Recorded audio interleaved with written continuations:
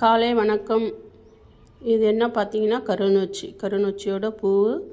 இங்கே பாருங்கள், இதுதான் வந்து கருநொச்சி. நீங்கள் கருநொச்சி வந்து பார்த்தீங்கன்னா ஃபுல்லாகவே வந்து இது மாதிரி இந்த வைலட் கலரில் இருக்கும். முன்னாடி வந்து க்ரீன் கலரில் இலை இருக்கும், பின்னாடி வந்து வைலட் கலர். இதுதான் வந்து கருநொச்சி. எவ்வளோ மெடிசின் உள்ள பொருள் இது.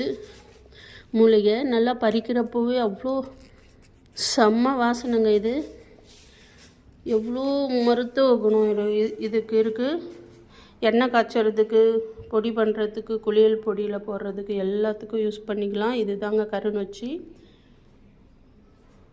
நேற்று வந்து பார்த்திங்கன்னா நமக்கு வந்து கருமூலம் வந்து இது வந்து காஞ்சிருச்சு. இங்கே பாருங்கள், நல்லா சத்தம் வருது இல்லையா.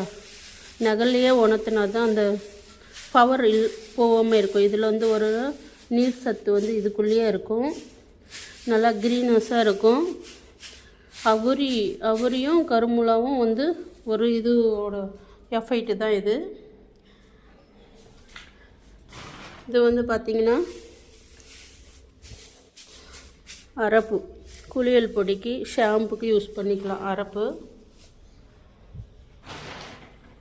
வேணும்னா இந்த நம்பருக்கு கால் பண்ணி வாங்கிக்கோங்க.